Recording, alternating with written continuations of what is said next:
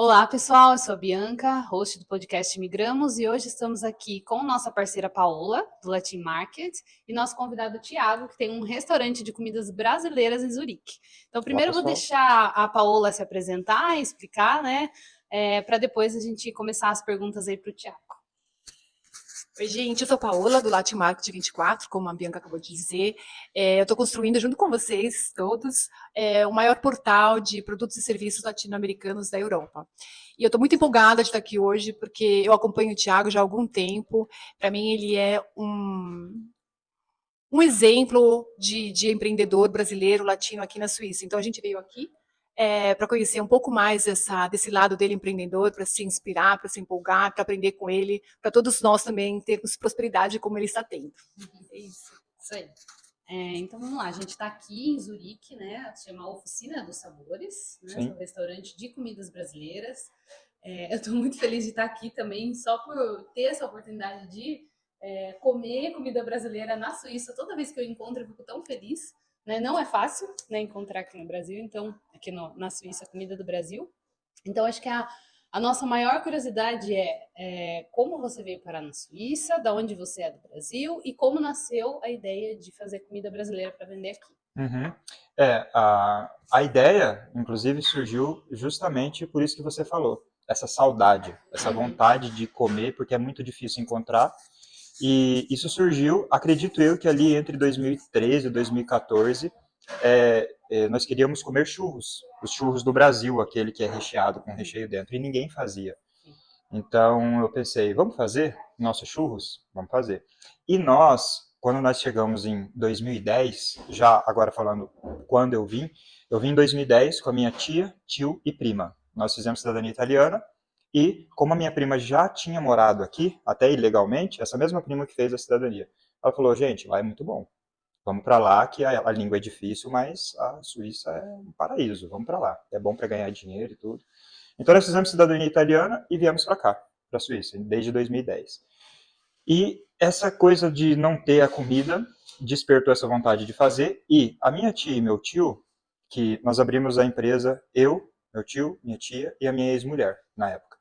Então, a gente já tinha isso na cabeça, de mexer com comida, de trabalhar com salgados, de vender marmita na porta das obras, que essa foi a primeira ideia, né? E se a gente vender salgadinho ou comida na porta das obras? Ah, mas não é permitido, e se a polícia bater, e se tiver controle? E como que funciona? A gente ficou nessa ideia por muito tempo. E o que deu o start em fazer, em criar a empresa foi isso. A falta do que aquilo que a gente queria comer. Então nós começamos pelos churros, e nós visitávamos feirinhas, como feira de Natal, street food, feira de rua, e numa dessas vezes nós visitamos o Caliente, que foi aqui em Zurique, que é talvez a maior festa latina da Suíça hoje, e a gente falou, por que a gente não pode entrar aqui? Então, foi assim que aconteceu, nós nos inscrevemos, eles aceitaram, porque era uma festa muito grande. Eram vários quarteirões, né, de barracas, então era muito fácil entrar, só que era muito caro, era caríssimo. Eu acho que foi na época 4.000 francos, uma barraca de 3x3. Então, para 3 dias é muito caro. E era Talvez só churros. só churros e o meu tio e minha tia fizeram espetinho. Então, nós começamos com churros recheado e espetinho. E assim, não tivemos lucro, né? Meio que empatou, ficou elas por elas, mas ali deu aquela coisa, porque o pessoal veio comer e falou: Nossa, que legal, que bom que vocês estão fazendo isso, continuem fazendo isso, nossa, que delícia.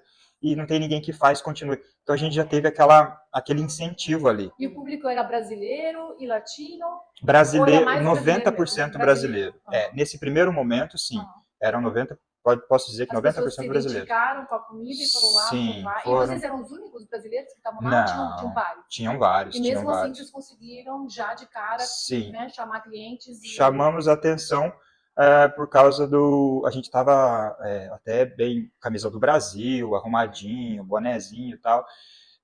Mas essa coisa de fazer o churros recheado, isso já Foi a chamou a grande atenção que sacada. era um diferencial. Falou, nossa, tem alguém fazendo alguma coisa diferente aqui. Entendi. Então, aí começou, né, a ideia. Aí quando acaba o evento, né, você fica meio, pô, mas não ganhamos dinheiro, foi tão difícil.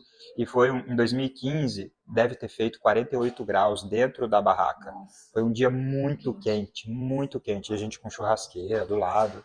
Então, assim, Foi muito difícil fazer e, ao mesmo tempo que tivemos a faísca ali do temos que fazer isso, que todo mundo gostou, teve também, pô, será que vale a pena? A gente investiu tanto trabalho, tanta energia, né? E acabou meio que empatou, não deu muito resultado. Mas foi aí que começou. E até respondendo a outra pergunta que você fez, eu nasci em Santa Catarina, mas quando eu tinha 1 ano de idade, meus pais foram para o Mato Grosso, Cuiabá, Várzea Grande. Então eu morei a minha vida toda lá no Mato Grosso. Não tive praticamente nada de gastronomia no meu crescimento, né? Para não dizer, a minha avó fazia geladinho e eu saía vendendo na rua, vendia no isoporzinho, né? Quando eu era adolescente, morria de vergonha. Nossa, eu morria de vergonha. Mas você vendia porque você queria ou porque sua avó mandava você vender? Não. Você tinha essa vontade eu queria, de ganhar um dinheirinho? Isso, eu queria ganhar dinheiro. Aí ela falou, você quer ganhar dinheiro? Então vende o refresco. Aí você me dá o valor do custo e o resto é seu.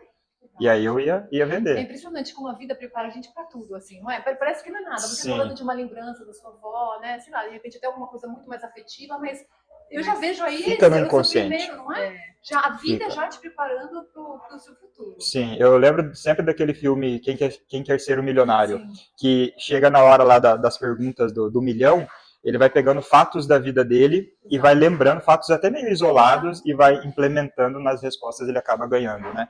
Então, vendi também cueca virada, minha mãe fazia, a gente fazia e saía vendendo nos prédios. Cueca virada é muito bom, né? É muito bom, açucarzinho, canela. Já trabalhei em mercadinho também, de entregar gás e tudo. Mas assim, gastronomia mesmo, eu nunca tinha trabalhado. Nunca tinha sido uma coisa que eu tinha, vamos dizer, proximidade, né? Mas eu sempre gostei muito de comer. Muito.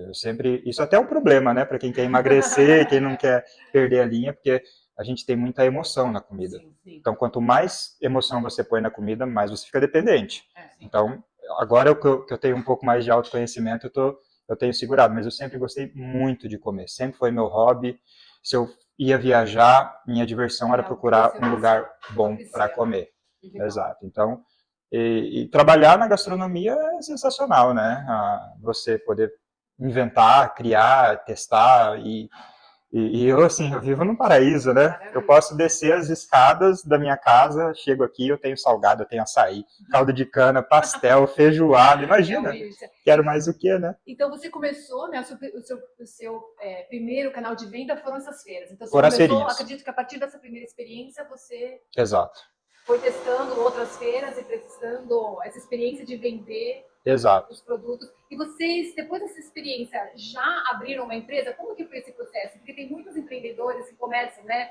Como você falou, de casa, com o tio, com a tia, com o parente, né? No laboratório, dentro da cozinha. E aí, tá bom. E como que eu saio disso para me profissionalizar, para criar realmente um trabalho, não um hobby, né? E não ficar só elas por elas. Como é que você fez? Qual foi o segundo passo depois desse teste que vocês participaram? Sim. Nós fizemos esse evento e depois desse evento nós ficamos de olho em outros eventos. Então, nós nos inscrevemos em outros eventos e teve um evento que era muito bom, que era um organizador muito bom que fazia, e eles não nos aceitaram. Eles mandaram e-mail dizendo, infelizmente, né, as vagas foram cobertas e não tem espaço. Ok. Faltando 3 dias para o evento, eles mandam um e-mail. Olha, abri uma vaga de última hora, espontâneo, se vocês quiserem vir. Cara, olhei para minha ex-mulher e falei, ei, bora, vamos fazer. Eu lembro que ela pegou o trem, ela foi numa empresa que se chama Hornbach, que é lá no Cantão Schwyz. Ela comprou uma barraca, ela trouxe a barraca dentro do trem, porque a nossa barraquinha do Caliente era montável. Era uma de jardim que você tinha que montar pecinha por pecinha assim. Nossa experiência era zero, né? Sim. E, moral da história, a gente fez tudo de última hora, vendemos só churros nesse dia. Tinha um carrinho de churros espanhol do nosso lado, do lado mesmo, e neste dia a gente fez uma fila quilométrica, nós vendemos tudo, eu tive que comprar produto de última hora no aeroporto, no Migros aeroporto. Meu irmão ali no caixa trabalhando, a barraca toda improvisada, tinha lona sabe, cortina de banheiro? Essas de box, de plástico, então, uma das partes da barraca era uma lona de banheiro ao lado. E a gente fez um pouco mais de 6 mil francos, nós pagamos o evento e sobrou uns 3,5 pra gente, porque o churros é muito barato. Sim. Com esse dinheiro, já com meu tio e minha tia também, porque eles não tinham condição nenhuma de participar desse evento. Em 3 dias, você comprar carne, fazer espetinho, investir e tal, não tinha como. Então a gente entrou com churros, que era mais fácil. Então, as coisas foram acontecendo, mas teve a questão da coragem.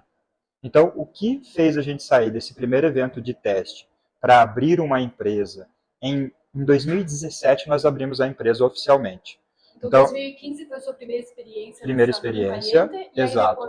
3, 4 meses depois foi essa do churros, que deu muito certo. Não sei se foi 3 meses, foram 2, mas eu sei que foi... Você não precisava de ter empresa aberta para participar? Não precisava. Feiras, assim, só porque deve ter gente não precisava. Saber, né? Então, não precisava. testar o mercado, né? Exato. Sair da venda porta a porta para testar. Porque eu acho bem interessante esse canal de venda, porque você tem uma exposição grande, uma experiência muito grande, né? É uma escola, sim. Né? Não, tipo de feira. Exato, não precisava.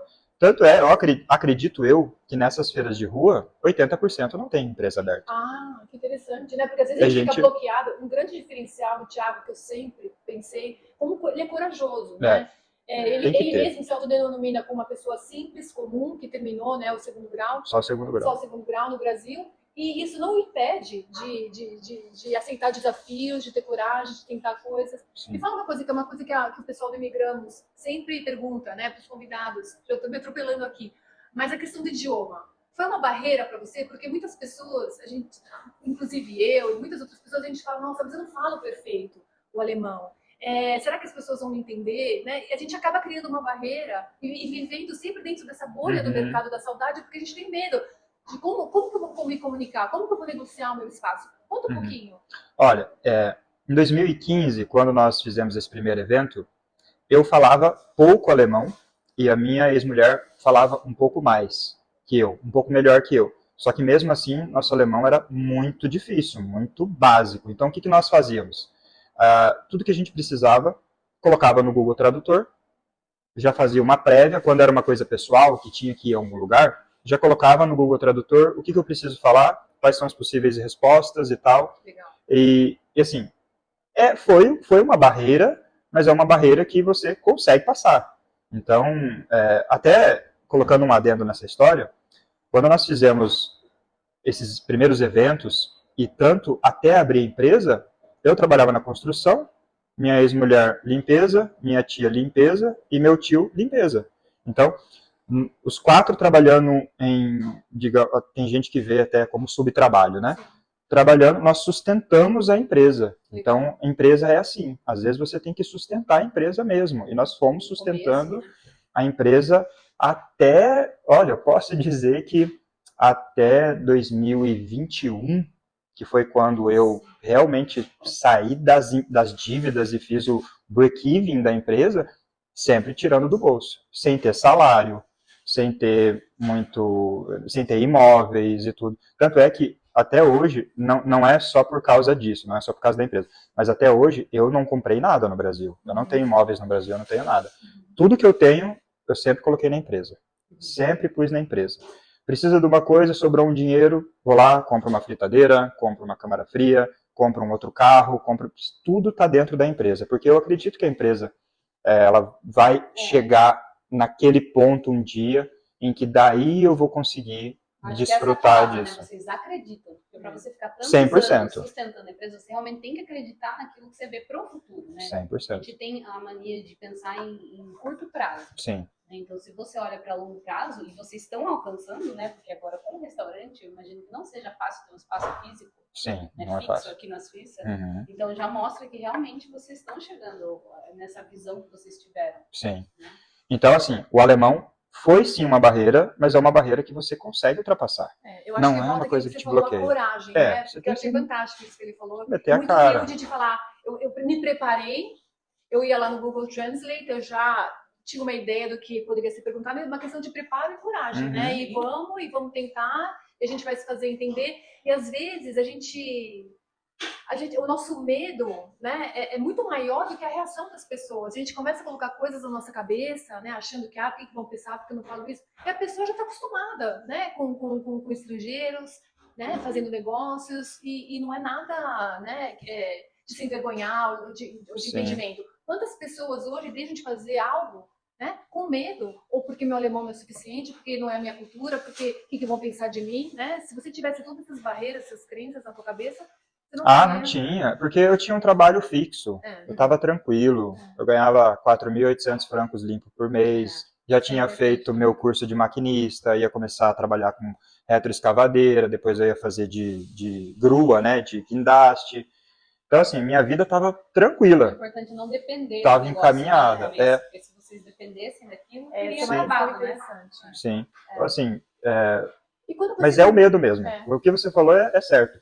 A gente tem uma mistura de medo do que vai acontecer, do que os outros vão pensar, medo do fracasso, né? Se não der errado, o que vão falar?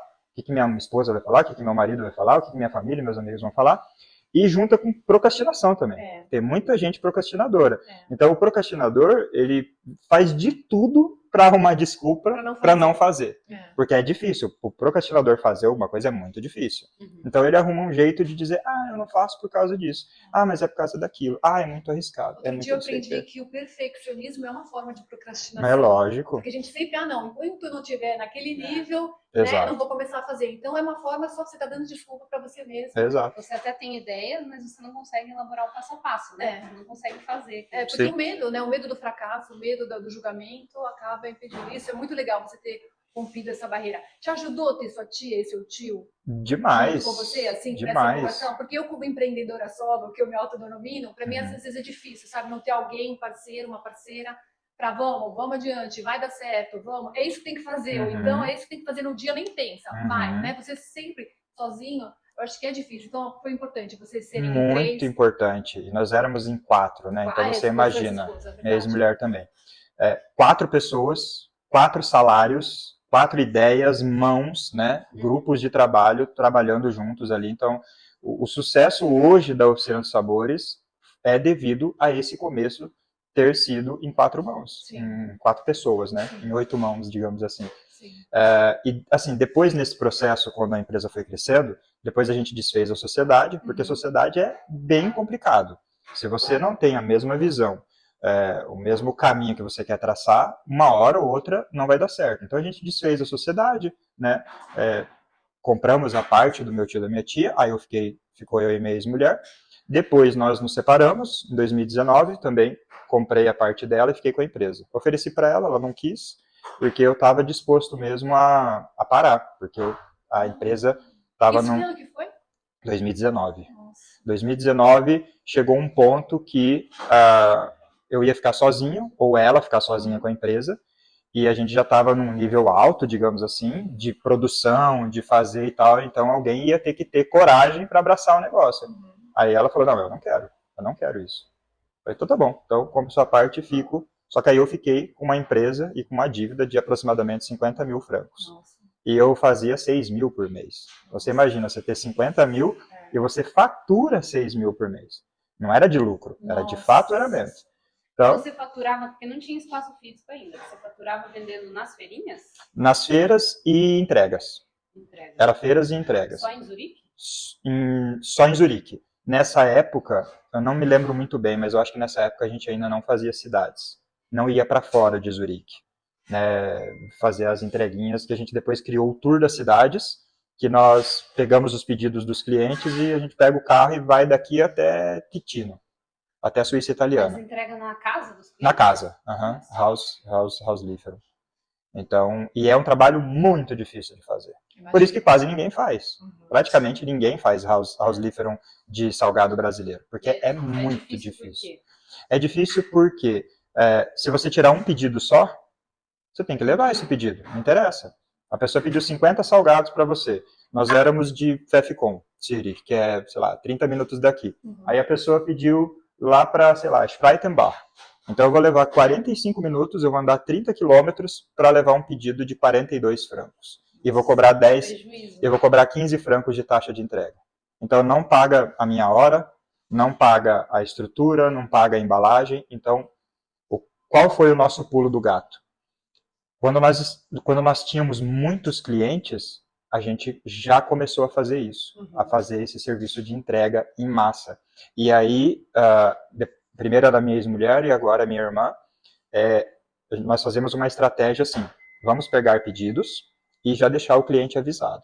Fala, olha, você quer um pedido para quinta-feira esse horário?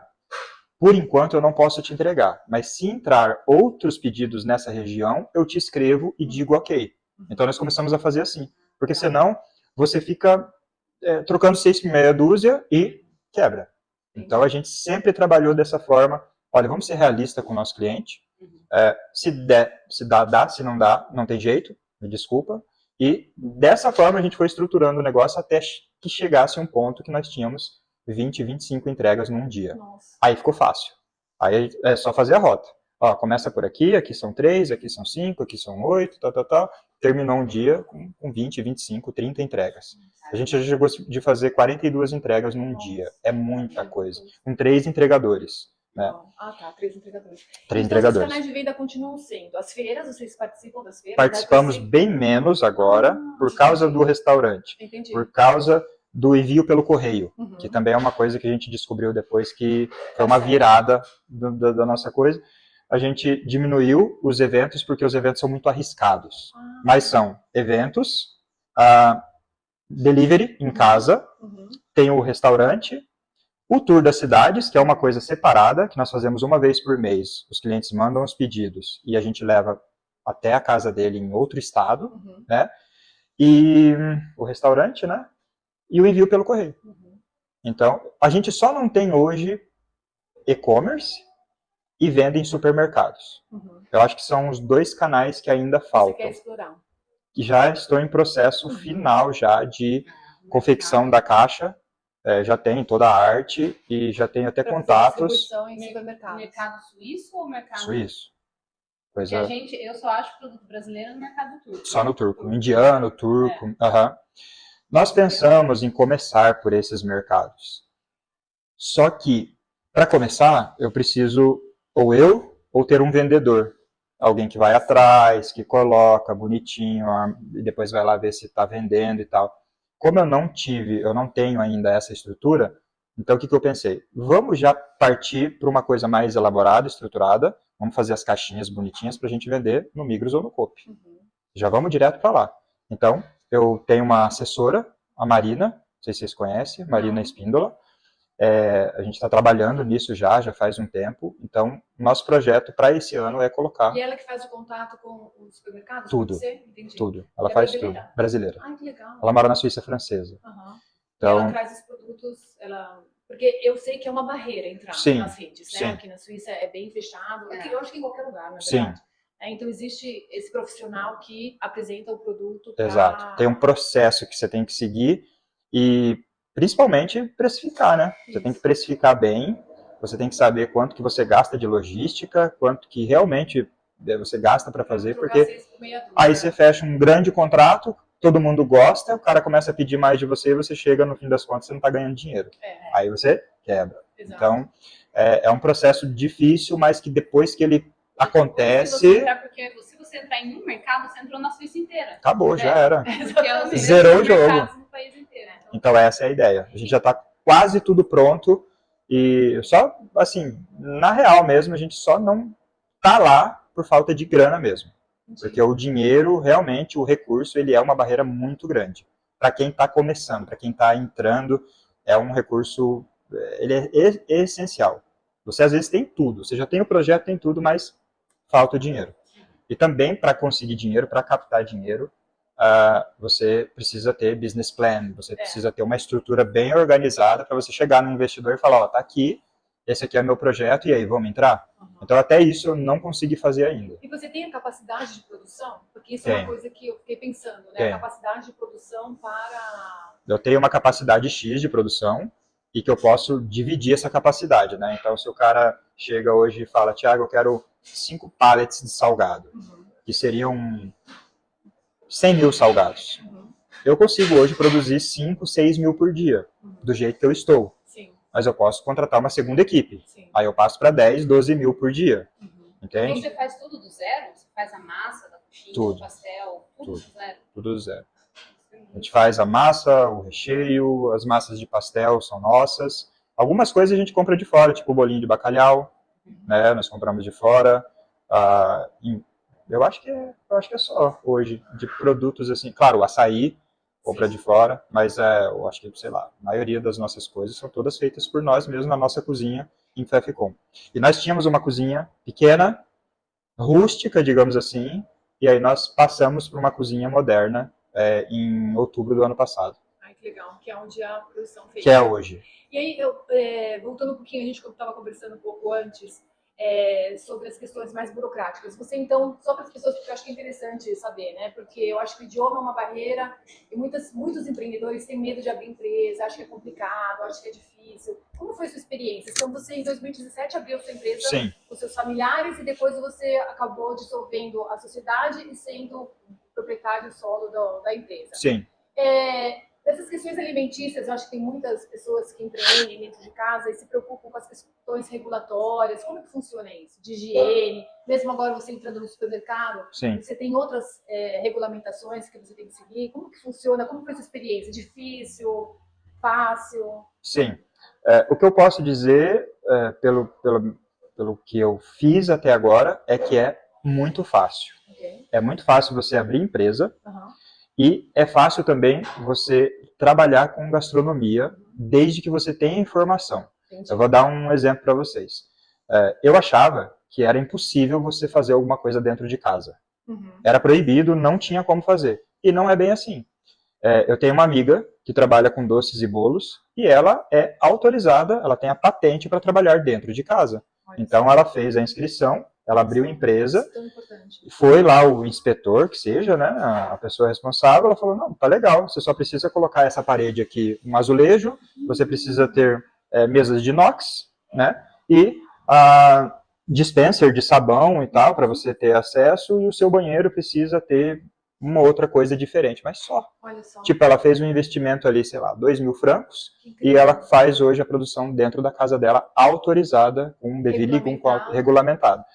Se você não tem informação, é tudo difícil. Uhum. Ah, não posso. Ah, eu preciso alugar um local. Ah, mas eu estou começando agora, como que eu vou investir numa cozinha profissional? Então, como que foi o nosso caso? Nós começamos em casa, fazendo em casa, sem empresa aberta, só fazendo mesmo como um nebenjob, como um trabalho secundário, né? Sim. Fomos fazendo, passava para o contador, ó, estamos fazendo isso, estamos vendendo aquilo e tal.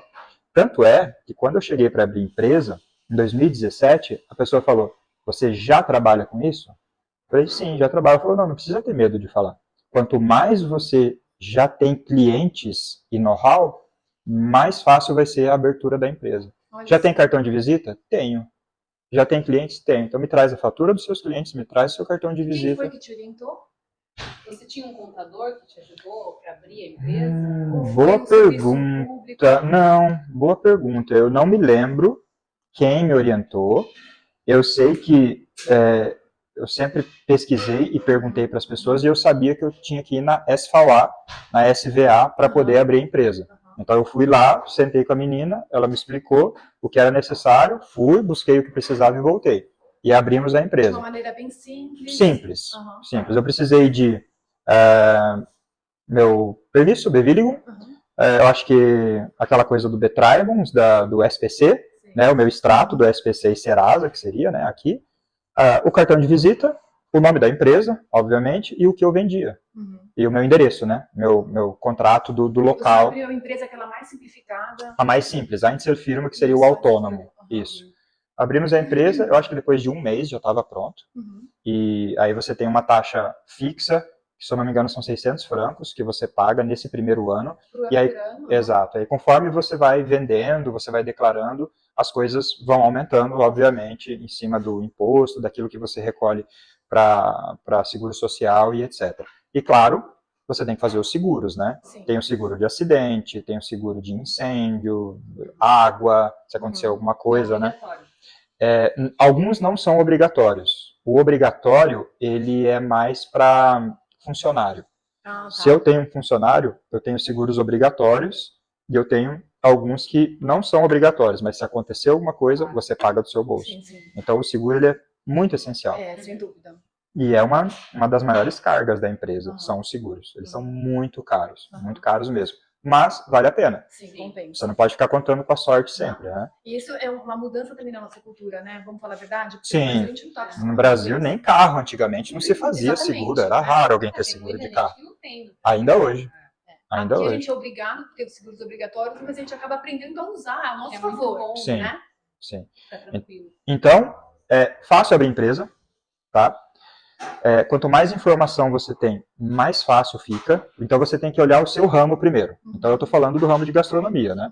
Claro, para eu fazer fritura, para fazer as coisas, eu preciso ter um local adequado. Eu tenho que ter um exaustor que seja grande, ventilação. Não é o mesmo caso da minha amiga que faz em casa. Então já não daria para fazer o que eu faço. Mas eu comecei em casa. Sim.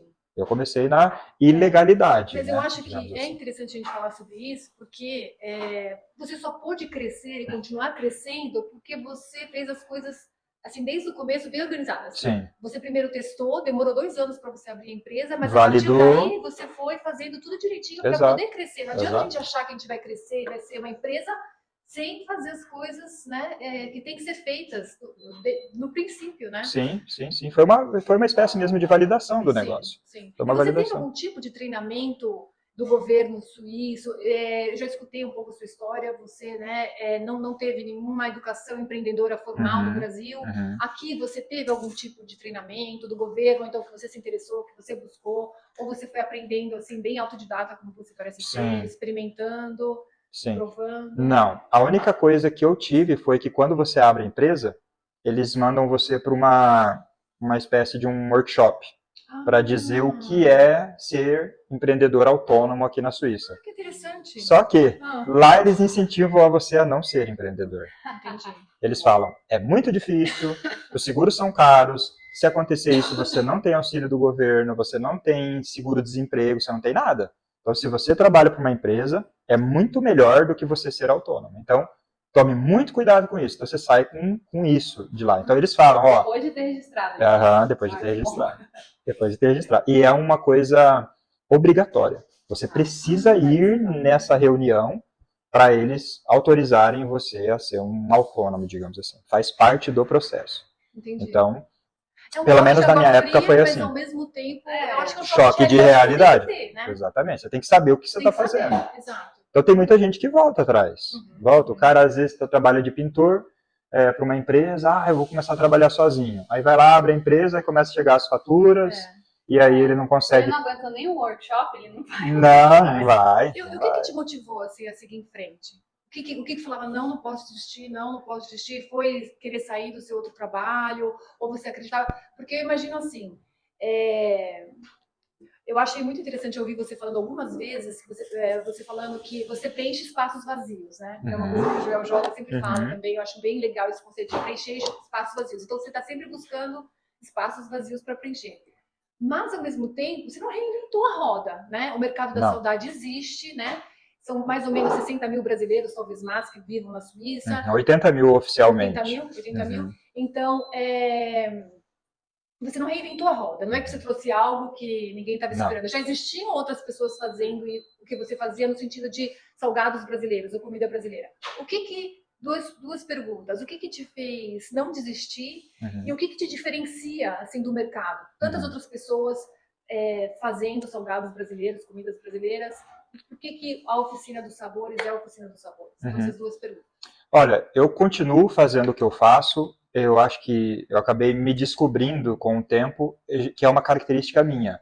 É uma característica expansiva. Eu gosto muito de fazer aquilo que ninguém está fazendo. Até quando eu trabalhava na obra, eu olhava umas coisas e falava, cara, por que esses caras fazem desse jeito? Por que eles não fazem de outro jeito? Aí eu tentava fazer daquele jeito, eles não deixavam. Não, é assim que tem que fazer, porque assim é assim. E eu ficava meio indignado com isso. Então acho que é uma característica minha mesmo, meio que de liberdade de criação, né? Então é por isso que eu faço o que eu faço. Eu não me encaixaria hoje trabalhando de CLT, trabalhando para alguém. Eu acho que eu não conseguiria, ao menos que eu conseguisse ser empreendedor dentro desse negócio. Então, se alguém me contrata para trabalhar, tivesse autonomia para fazer, digamos, do meu jeito, aí sim, aí eu faria. Então, e claro, eu acredito muito no negócio. Acredito muito. Eu vejo claramente que a Suíça é um bebê na culinária brasileira. E assim, igual você falou, eu não inventei a roda, não reinventei a roda. Já tiveram muitas pessoas que fizeram, inclusive, melhor do que eu. Já teve gente aqui na Suíça que teve pastelaria aberta com pastel melhor do que eu, do que o meu. Já fizeram salgados melhores do que o meu. Já tiveram um restaurante, ainda tem restaurante ou lanchonete que seja mais bonito, mais organizado. Mas eu acho que uma coisa que eu tenho, que eu vejo que muitos não têm, é a visão. Qual que é a minha visão? Meu propósito aqui nessa empresa é popularizar a comida brasileira. Então eu quero que a comida brasileira seja tão conhecida quanto um kebab, quanto uma comida tailandesa, um sushi, uma pizza. Então isso não sai da minha cabeça. O que eu preciso fazer para popularizar a comida brasileira? Então esse é o ponto. E a visão, junto com essa visão, vem, igual eu falei, popularizar. Então eu preciso ser popular também. Então eu comecei aqui vendendo feijoada a 12 francos. Ninguém faz isso. Acho que ninguém nunca fez isso aqui na Suíça, de abrir um local no centro da cidade e vender comida tão barata assim. Pastel também comecei vendendo barato nas feirinhas, sempre mais barato que os outros. Ninguém nunca vendia mais barato que a gente. Salgadinho também, vendi salgados a 60 centavos, com refrigerante e tudo, coisa de qualidade, tamanho bom. Porque eu tenho uma visão, a visão de popularizar. Então, o que eu acho que a galera não aguenta, não continua, é porque eles acham que tem que ganhar dinheiro, acham que isso tem que dar lucro rápido, e aí o lucro não vem, a coisa não vem, eles desistem, eles param. Eu me identifico muito com isso. Porque eu tô cansado, porque isso não rende, porque a Suíça é muito... as coisas são muito caras e tal. Olha, eu tô desde 2015, mas profissionalmente mesmo, eu posso dizer que desde 2021. Então eu só tenho 4 anos aí, de profissional mesmo, que eu posso dizer que me estruturei, estou fazendo a coisa do jeito que tem que ser. E eu não espero menos do que 10 anos para que essa empresa realmente chegue aonde eu acho que tem que chegar.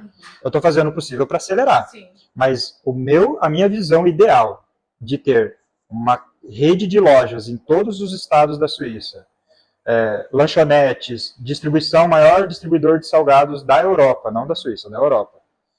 Fábrica em Portugal, fábrica na Espanha, fábrica na Alemanha, ecossistema alimentício brasileiro tremendo, de importação, exportação, venda de produtos secos também, né? Farofa, arroz e etc. Popularizar a comida brasileira. Então, e eu posso dizer que todo brasileiro que mora na Suíça torce para essa visão da imagina, terra, porque a gente quer encontrar com mais facilidade no mercado suíço, que nem eu moro lá em Thun, é difícil encontrar lá, né? Agora aqui em Zurique é um pouco mais fácil. Aqui é mais fácil. Se tiver acesso a todo mundo, todo o país e a Europa em geral, nossa, isso é maravilhoso. Todo brasileiro quer isso.